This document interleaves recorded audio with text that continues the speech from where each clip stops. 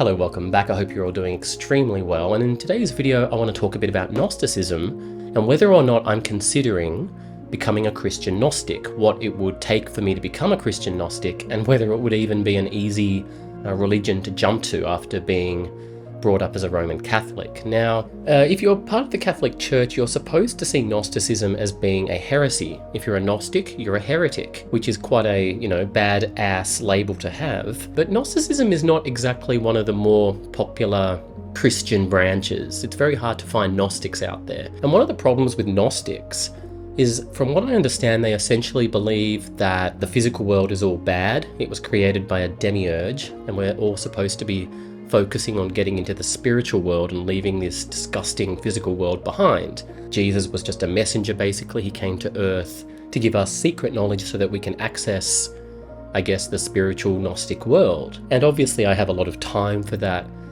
kind of concept. I think in 2024, when we're in a world that's increasingly digital and we're using AI avatars and all of that stuff, you can see that a lot of people are also trying to escape the physical world, and they're recognizing the evils of everything physical. I think it's very hard if you were brought up as a Roman Catholic, where Gnostics were seen as heretical, very incorrect and all of that stuff. And, in the Catholic Church, we believe that Jesus was, the actual Eucharist. Like, he is actually part of the bread that you receive. And that's really putting a lot of honor into the physical world. And even the Catholic Church, with its ornate churches and its pagan practices, there's a lot of connection there to the physical world. It's kind of similar in a way to Shinto, where the Catholic Church is very, it honors a lot of things that are physical, including, carnal delights to some degree. And that's like Shinto or other animist religions, where we believe that there's a spiritual connection to the physical world, like every stone or the water, the foxes, the animals, they're all spiritual. It's very much opposed to the Gnostic world, where everything that is physical is bad. Now, becoming a Gnostic in today's world is not very easy. It's not like you can see Gnostic churches everywhere. And of course, why would you? Because churches are part of the physical world, and that would fly in the face of Gnosticism. There was some point in the Dark or the Middle Ages where there was a movement called the Bogomilists that was spreading in Bulgaria. And obviously over in the Vatican, they didn't like this heretical sort of branch of Christianity that was spreading, saying that everything in the physical world is bad. And so the term was used for the people in Bulgaria, the Bogomilists. I don't know if it was getting mixed up with the term Bulgaria, the Bulgars, or the Bogomilist itself, but the English word bugger actually comes from the fact that in Latin, they would refer to people who were Bogomilists as being sodomites. I don't know why they were spreading that misinformation, but basically they were trying to turn everyone against Gnostics and Bogomilists. So that's why in English we use the word bugger. It's saying that you're a follower of Gnosticism if you're a bugger. So it's a bit of a lie that was being spread there, but you can see the hatred that the Catholic Church had towards those particular Gnostics, or maybe all Gnostics. And, I'm part of the Catholic Church still, I think. I was confirmed, and makes me wonder how much hatred I should really have towards Gnostics. I think in today's world as well, when you're a Catholic, we've got bigger fish to fry, surely. Like, they're not sort of as angry at Bogomilists, or they're not angry at Gnostics anymore. They're more angry at, I guess, they would call them neo-Marxists or something like that. I don't know.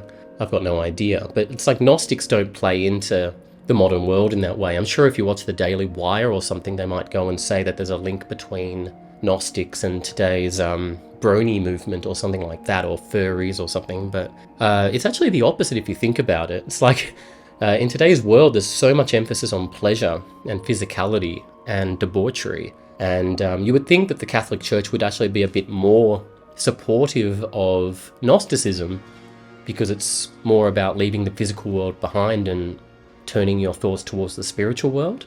I'm pretty bad myself. Like, I've got all of these alcohol markers, and I've been blending colors together and being very focused on the physical world lately. Obviously, I'm not focused on the physical world in terms of, sex or anything like that. And as I said, I'm an INFP in the religion of Myers-Briggs, which is a Jungian religion.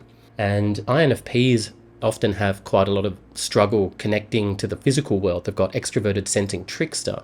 That's a cognitive function that refers to the fact that The INFP personality type, like the INTP personality type, tends to live in their heads a lot, and they're sort of not as engaged with the present moment sometimes. They're a little bit in their heads. That doesn't mean they're not. Every human is a physical being, and every human, I had to turn on this camera, to operate it.